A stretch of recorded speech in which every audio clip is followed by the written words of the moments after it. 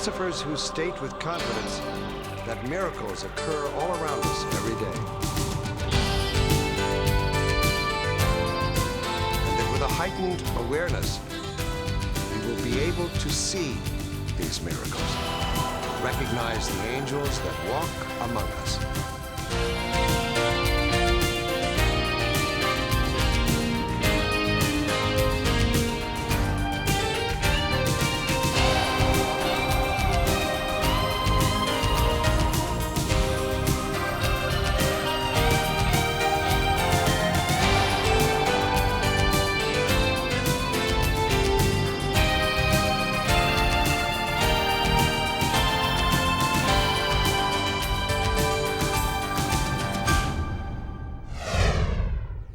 Henry David Thoreau was born in Concord, Massachusetts in 1817, the son of a businessman. Graduating from Harvard, he taught school and lived with close friend Ralph Waldo Emerson. In 1845, Thoreau built a crude cabin on Emerson's land near Walden Pond. For 2 years, Thoreau searched for answers to life's questions and lived his own philosophy: simplify, simplify. There, he wrote his most important work, Walden. Thoreau believed that people should defy unjust law in favor of the moral good, and he urged them to open their eyes to miracles. He said, "Men talk about aged miracles because there is no miracle in their lives. Cease to gnaw that crust.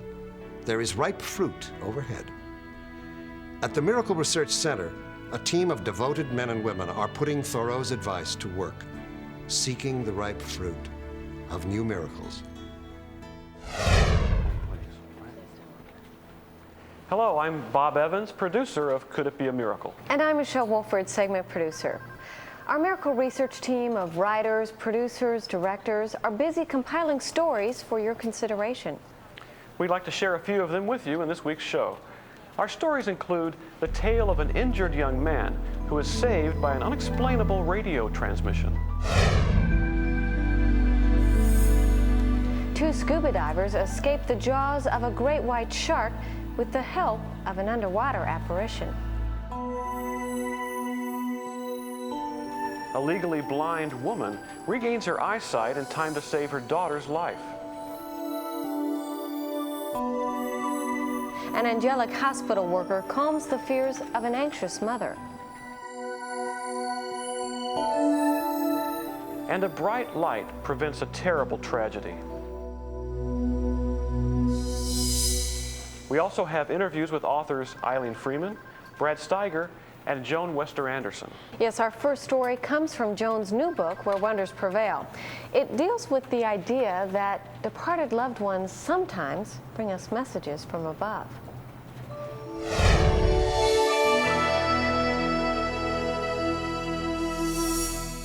Once you accept the idea that heaven and earth can interact, then I think you have to accept all the little tangents and strange things that will flow from that premise. It's not just 1 or 2 ways, it's probably as many ways as there are needy people. I'm thinking of one story told to me by a little nun, Sister Mary Dolores, who had an elderly father. Her elderly father used to love to travel when her mother was alive, but her mother had died the previous spring, and this left Sister Dolores in somewhat of a bind because she had planned a wonderful trip to Europe by herself with some friends, but now there was her dad by himself. This whole courtyard is exactly what we need at the convent. The church is open to the public, and the relics are all safely and beautifully displayed. Well, I think it was well worth the trip. This is beautiful. I'm going to write a report to Mother Superior. I'm going to let her know about this. Yeah. You know, I notice your father, he's been moving quite well. He has his good days, and then some days are more challenging. When he was walking around the courtyard, he mentioned to me quite a few times about the trip to Rome. I think he really wants to go. I think he does too. I would love for him to. And I've thought about it, but some days he walks really well, and then other days his equilibrium is really bad. He falls down every time he tries to stand. And I think, what if we're there and I'm alone with him and he hurts himself? Who's going to help us? I've gone over it in my mind. I don't think I should risk his health. I think he really misses your mother. Matter of fact, I can see the sadness in his eyes. But look, I don't doubt your decision. I doubt it. You know, let's get on the road before it gets too late. I don't want to get back to the convent at night. Dad, time to go.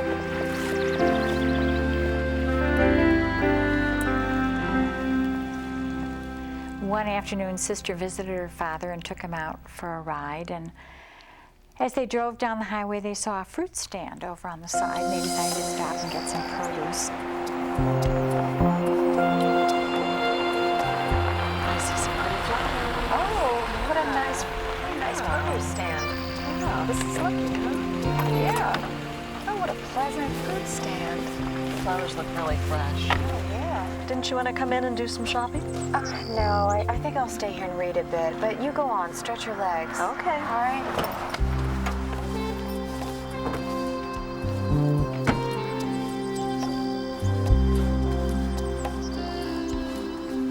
Sister went around thumping the melons and, getting the tomatoes and making a little basket of fruit. Her father kind of aimlessly wandered, looking at things. It's okay to take your dad on a trip. What trip? What are you talking about? The trip you're going on to Rome? I just talked to your mother. She said it's okay to take your dad, and nothing bad will happen to him. But how could you have spoken with my mother? She died last May. Yes, I know. It's okay to take your dad to Rome. You will enjoy it, and he will be fine. We'll be fine, we'll be fine, and he will be fine.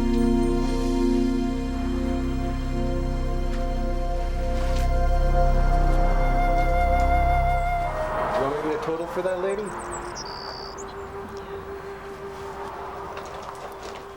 Well, Sister was just astonished, and she didn't know whether to laugh or cry or be insulted or upset or what. So she paid for the fruit right away, and she got in the car and brought her dad around and put him in. And Dad, let's get back to the car. Yeah. This is a nice little spot, isn't it?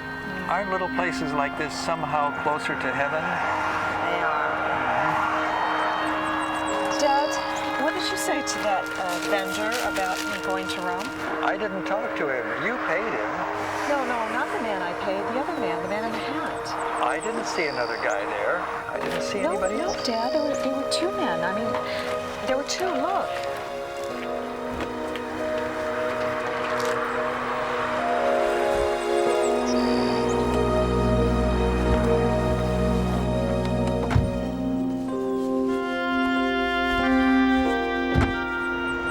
What happened to the other vendor? I spoke with two men. I know I saw them. What happened to the man in the hat? I've been here the whole time, and I've only seen one vendor. Sister began to realize that something heavenly was happening there, because actually there would have been no way that she could have not seen this second guy. And she decided to go ahead and take it as a message from heaven. She took her father on that trip, and she took him on many more. He did continue to suffer from vertigo, but he never had a problem when he was out traveling with her. I can't help but wonder how many times we've all received messages from beyond but have been too busy to notice. It is comforting to believe that there is some type of communication between the here and the hereafter. When we come back, the story of an injured photographer whose life is saved by a radio message directed personally to his attention. Welcome back. Our next miracle comes from author Eileen Freeman. I recently traveled to New Jersey with one of our video crews to speak with Eileen in her home. She told me about one story that suggests angels can communicate with us in a number of different ways.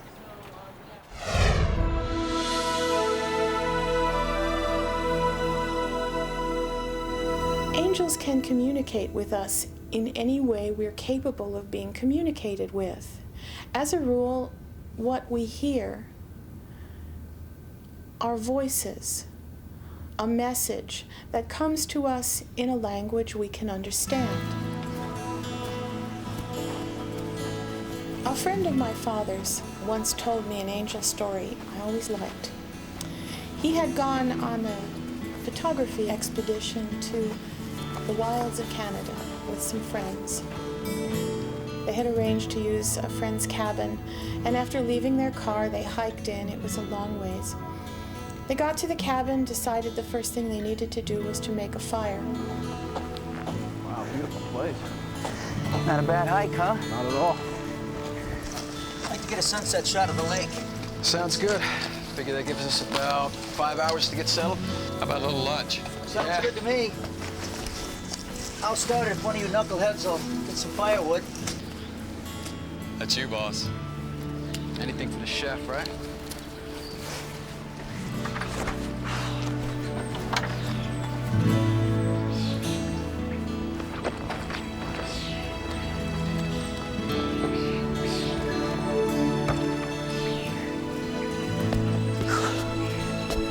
Couldn't have picked a better weekend. No. This is nice.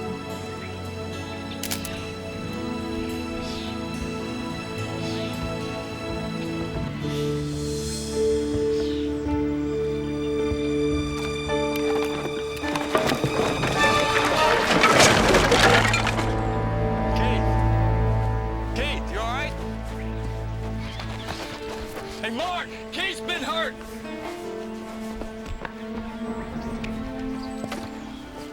Does it feel like he's broken? We gotta get him out. Hang tight. It's all right. It's all right. Help me get him up. All right. 1, 2, 3. We can't move him. Don't move. What are we gonna do? We gotta hike back down to the car and see if we can get some help. Okay, just relax, all right? Just hang tight, man. We'll be back, all right? Get you something to lay on. All right, just hang tight.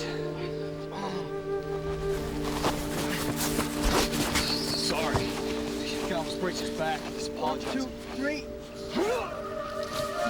Got it. We're to leave us some supplies. Just relax. All right, man, just hang tight. Take it easy. We'll be back. Stay cool. There was no way that they could take him while they went for help. So they left him lying down with a thermos of hot tea and a bottle of scotch and a radio set to some nice soothing classical music. He was beginning to feel a great deal of pain in his abdomen, but he didn't know what it was. He thought while they were gone that he would help himself to a drink of scotch, thinking that might kill the pain and help him a little bit. But just as he was reaching for the bottle, the classical music just faded away, and a voice filtered in. With this type of injury, the worst thing you can do is let the victim consume alcoholic beverages. Give him something else to drink. He put the bottle down, and he reached for the thermos of hot tea instead.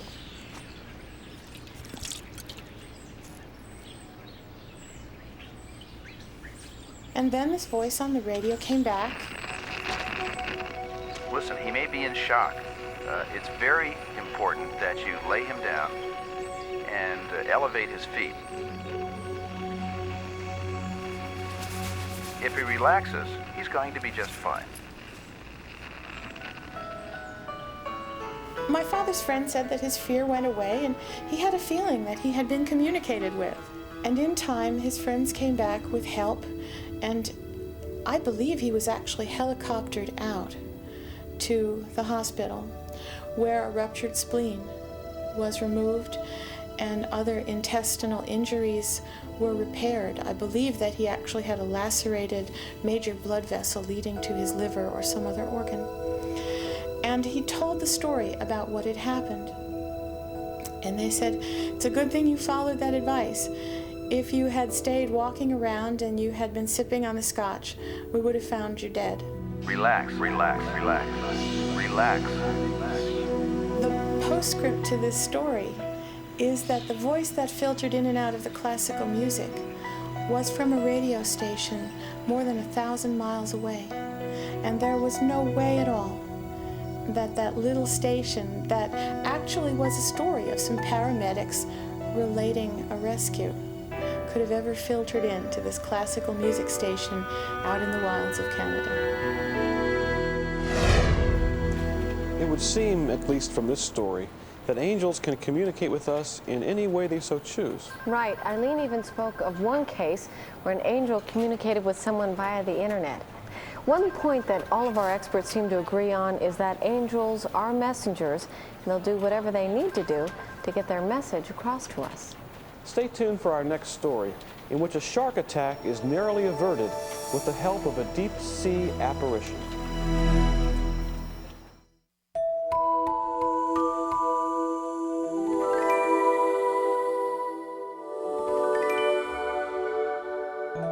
They help you to not hurt yourself, and they're nice, and you can't see them, and they're always by you. They can tell you if you don't know anything, and then you kind of put it in your mind, and you think of it, and then you do it.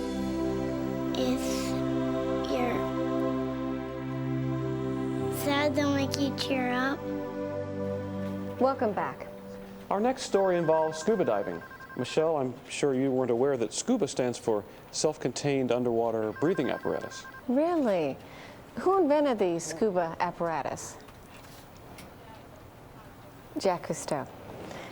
You know, in the world of underwater diving, encountering a shark is not altogether unheard of. But few divers can count on being saved from shark attack in the same way as the two lucky divers in this next story. Maybe save you close to someone. Now, Vivian Landon tells us, in her own words, how she was miraculously spared from a terrible fate. Tell if someone is in danger. I was on Daytona Beach with a friend of mine, Charlie. We was underwater. I was scuba diving. And it was a gorgeous day.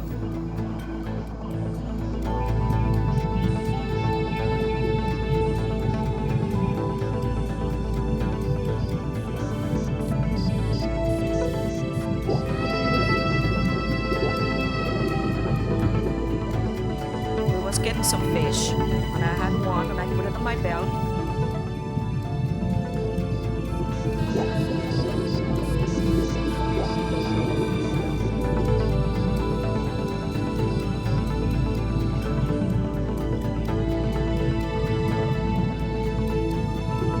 And then, just of a sudden, I saw my dad's face. He was right on the front of me. Even though the man strongly resembled her father, Vivian knew that this mysterious swimmer, fully clothed and calmly floating beneath the waves, could not possibly have been who he appeared to be, since her father was at that time on the island of Martinique, almost 2,000 miles away. I looked at Charlie. He looked at me. The vision, my father disappeared.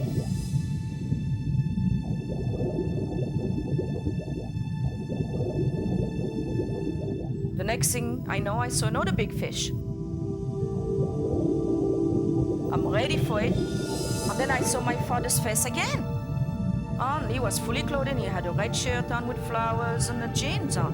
And he's under the water, it's like coming toward me. I mean, really coming toward me. And making all kind of gesture and pointing. And I couldn't figure out what was going on. And he kept coming and coming and coming closer. But really, and making all kind of, like saying to me, look on the back, look on the back. And I'm turning around, and then I saw the shark. I dropped everything. I dropped the fish, and we just paddled away, quick swim as quick as we can to the boat. Their desperate swim to the boat had kept them mere inches ahead of the monstrous shark. Had they waited another few seconds, it would have been too late.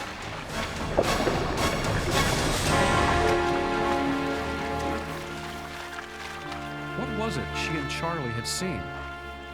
Vivian was determined to find out.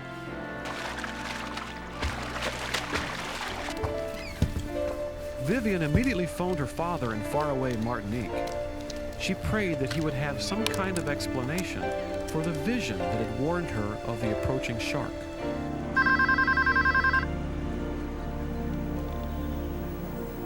Hello? Oh, I'm so glad. And I told him, I said, what? Something happened to me today. I know something happened to you today. He said, I can feel it. He said, I could feel it. He said, were you swimming? Was you under the water? Were you scuba diving? I said, yes. He said, well, I know you was in danger somehow. And I was trying to reach you, and I finally got this vibration that I had to get through you. But I just knew I had to get to you. I tried. I just had this feeling I couldn't. Yeah, it was so weird. It was like you were... Vivian described to her father the exact appearance of her vision, including the clothes that she had seen her father wearing. He even described the clothes that he was wearing that day, and then I told him, I said, this is exactly the way I saw you under the water. I'm here today to tell the story. Thank God to my father. Vivian believes her father reached out to her across 2,000 miles and saved her life.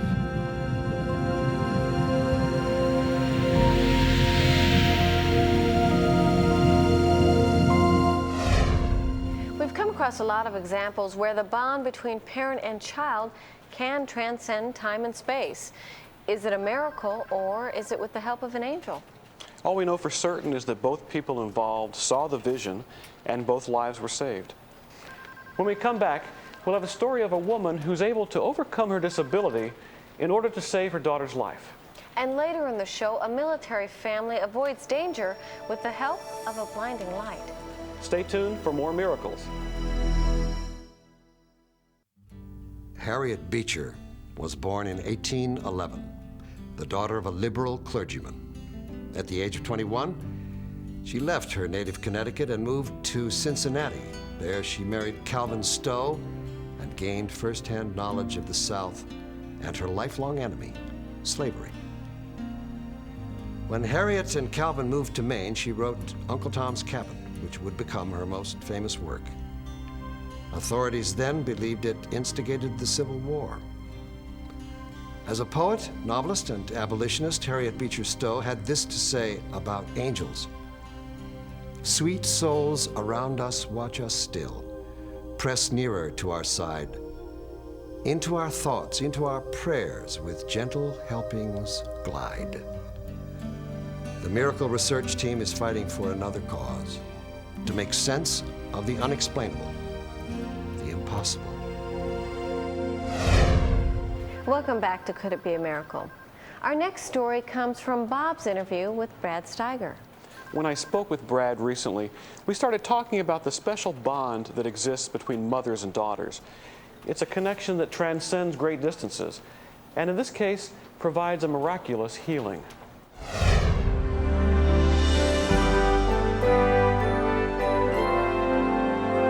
I know the woman in this story personally.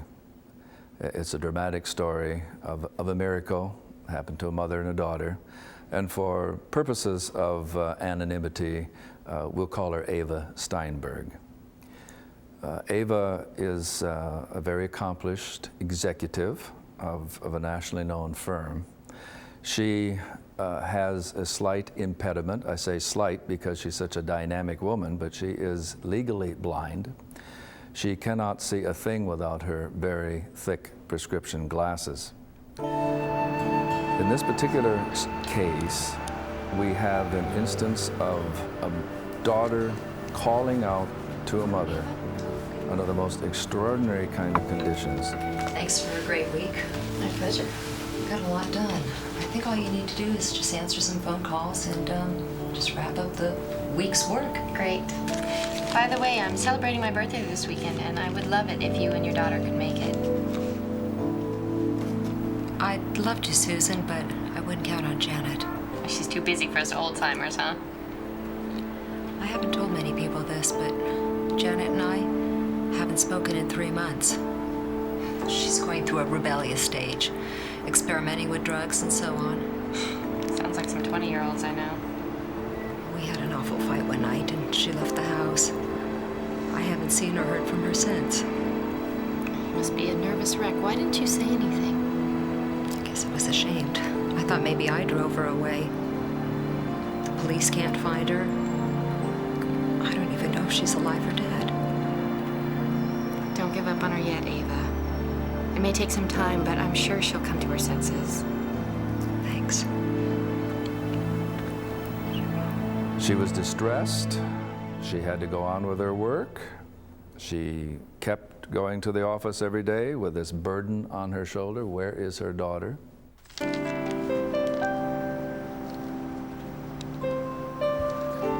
I gonna have to force you to leave? It's going on 6 o'clock. Right behind you, Susan. Good night. Good night, boss.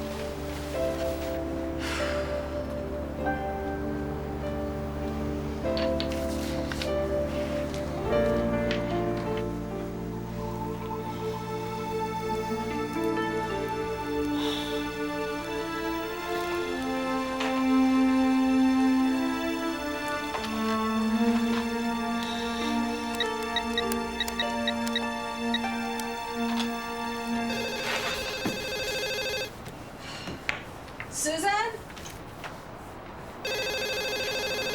Susan?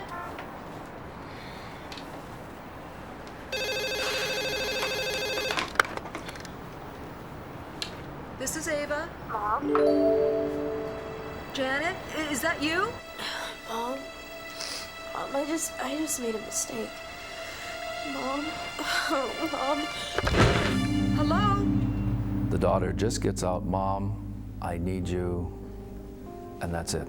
You hear, she heard the body fall of her daughter, she heard the phone crash down, and she's calling her daughter's name. There's no response. She realized her daughter is physically incapacitated.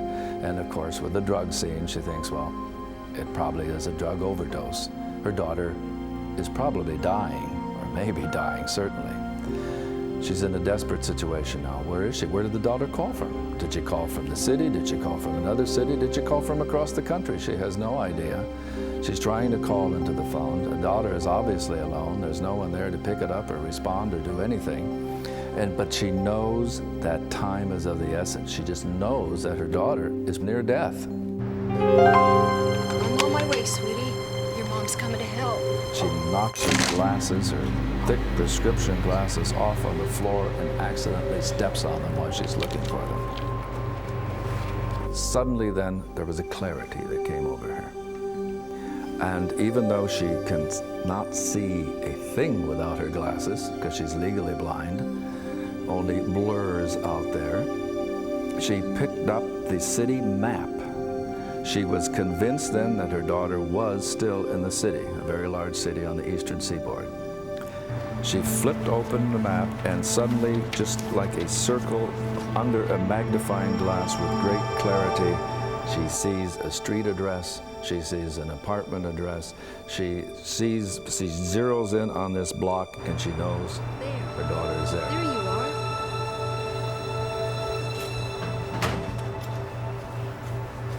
Ava, 30 this weekend and I've already lost my mind. I forgot my car keys. Susan, I need to borrow your car. You can't borrow my car. Yes, I can. I mean, you can't drive. Yes, I can. It's an emergency. It's my daughter. Are you all right? I need you to stay here in case she calls again. In case who calls?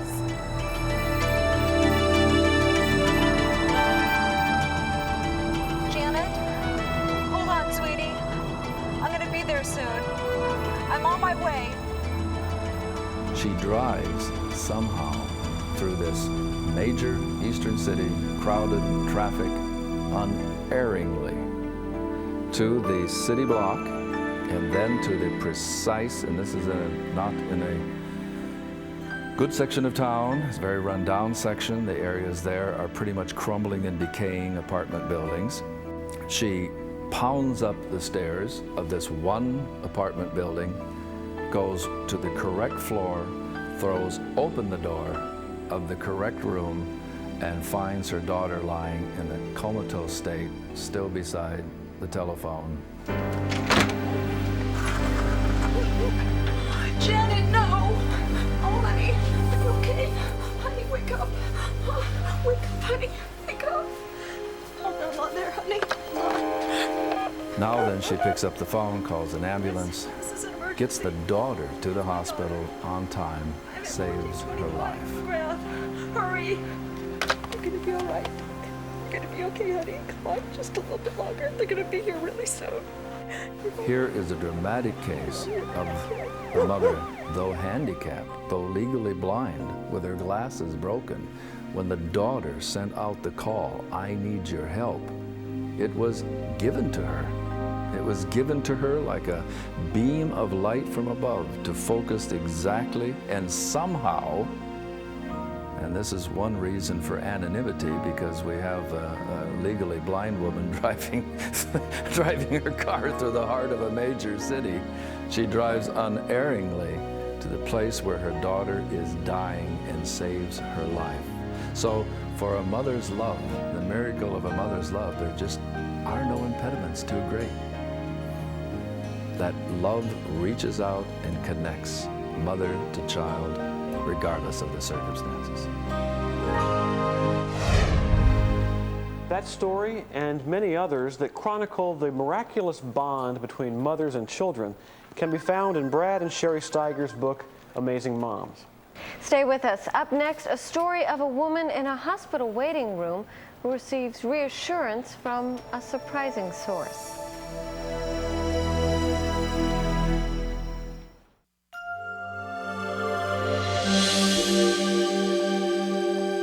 Today, my advice is, yes, angel exists. You can find your own angel. The most important thing is to establish the contact. It's like somebody you try to seduce. It's like a love story, and it's like a marriage forever, because it's your guardian angel forever. You know, it's you're not going to divorce your guardian angel. You know, it's always the same. So it's when you find the contact with your angel, he's able with giving you fantastic intuition, putting you in a weird synchronicity. For instance, you know, being really at the right time, at the right place with the right person, and you know, more often than once. You know, that's what's happened when you are in tune with your guardian angel. We're back with more miracles. Michelle found this next story through author Joan Wester Anderson. This is from Joan's first book, Where Miracles Happen, and this is a story that is very consistent with most other angel encounters in that the angelic presence conveys a sense of peace to someone in need.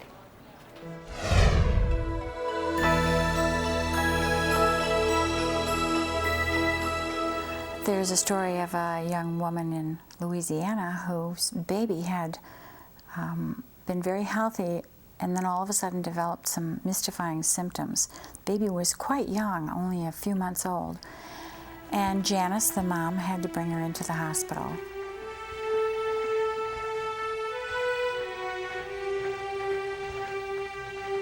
Dr. Allen, please report to trauma.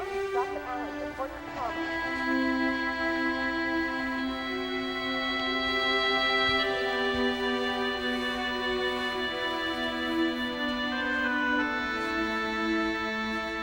They looked her over and thought that she ought to go for some tests, and so Janice was just devastated by this perfectly healthy child. Now all of a sudden we're looking at something serious. They had a pediatric waiting room and there were no other parents in there at all. And she started to cry.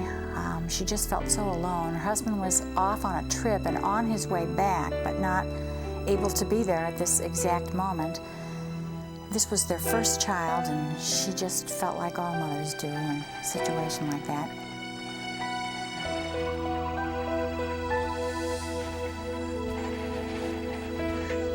How much longer? I need to know now. She needs to come now. Please hurry. Here, let me take her. No, I have to go with her. She's No, the doctors can't help you unless you give her to Oh, me. she was so healthy up until a minute ago. I don't worry. understand. It's all right. We'll take good care of her. Nurse, please take her.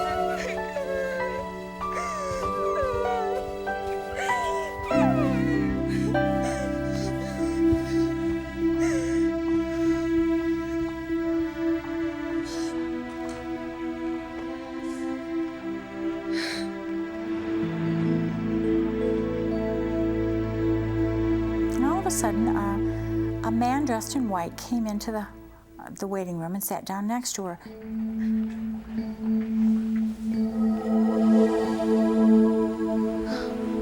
Doctor, how's my baby?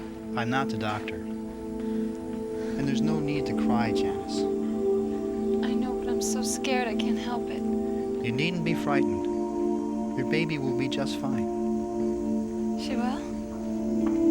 But the tests, what is it? I looked at your baby. She's going to grow up to be healthy and happy. He had the kindest eyes that she said she had ever seen in her life. She just kind of felt herself relaxing, and she knew that whatever came along, she would be able to handle it. So he kind of gave her a little pat and got up and left. A few hours later, her doctor came into the waiting room, found her. She was reading a magazine.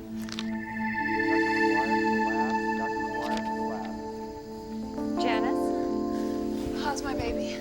Well, she has to go into surgery right away. It's a simple procedure. She'll be just fine. Oh, that's what he said. Who? Oh, the man who was here earlier. He said he'd look in. I didn't see anyone here. I just came from the doctor, and we were the only two who saw your daughter. Why don't you come with me, and you can see her for a moment before we go into surgery. When all the excitement died down several days later, Janice went to the desk and wanted to know if she could thank that orderly. And when she gave a description of him, they explained that their hospital personnel usually wears blue, and that there wasn't anyone matching this young man's description anywhere at all on the floor, nor would anyone have been able or empowered to give her a diagnosis except the doctor in charge. So Janice told me that she had some thoughts about it, but she finally realized that angels exist in hospitals just like everywhere else, and there was no reason at all why her child's guardian angel couldn't have come to her and given her a little word of comfort. As you were saying earlier, that story seems to contain many of the same markings of other angelic experiences. That's right. One of them being an overwhelming sense of peace conveyed by the mysterious messenger. Coming up next, a family moving cross-country encounters a life-saving light. Stay tuned.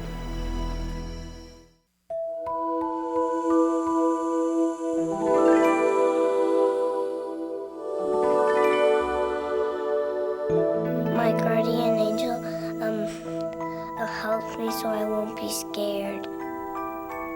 He keeps me safe by the devil. Welcome back. You know, I can think of few things in life more challenging than having to move your entire family and belongings across the country. But for those families in the military, it's a common occurrence. As in this next story, where an Air Force family on its way to start a new life meets with a supernatural diversion. I came away from 22 years of service with nary a scratch. During all that time, I never experienced anything that would truly prepare me for this kind of miracle. We were stationed in Austria. When the troops were withdrawn, we returned to the States, picked up a new car, and headed west to my new station in California. It was a long trip. Traveling with 4 youngsters was tiring for everybody, but the station wagon was ideal because we could put all the seats down and back and dump the kids back there and just let them crawl around over each other. I wanted to make it through to the next town as soon as possible because it was hot, it was summertime, no air conditioning in the car, everybody was tired. Couldn't find a motel, so we decided to go on through where we drove into the hill country. In those days, the settlements out there were few and far between. We've been driving for perhaps 8-9 hours that particular day. Most of the kids were sacked out in the back, dozing. My wife was in the front seat with me, and she was dozing. I was pushing the car as fast as I could because I was eager to get settled for the evening. I must have been doing 50 miles an hour. About 40 or 50 miles west of the city, I approached a hilltop at the top of which the highway curved around to the right. I couldn't see over the hill at all.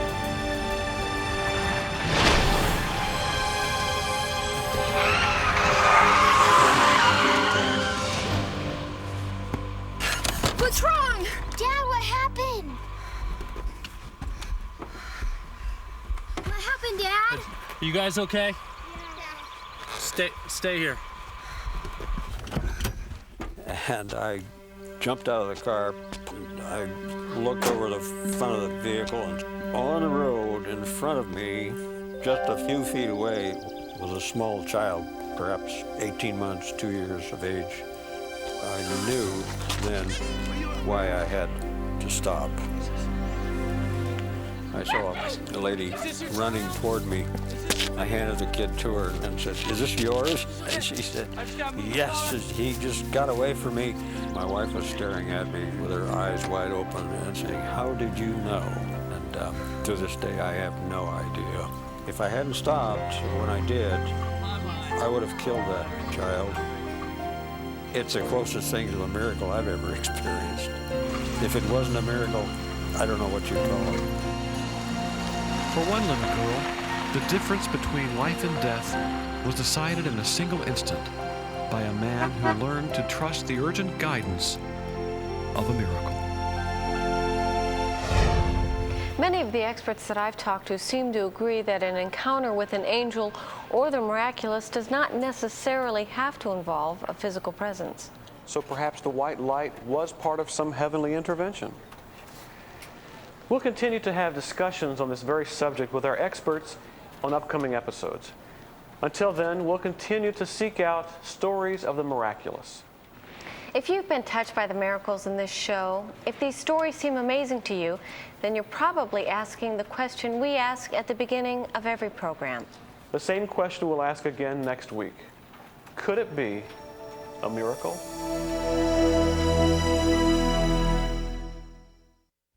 The existence of any given miracle may never be proved scientifically, but the researchers will continue to seek out the stories, trying to understand those things that defy explanation.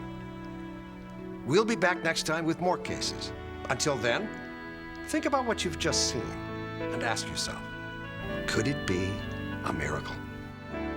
Until next time, I'm Robert Culp. Laudamus Dei.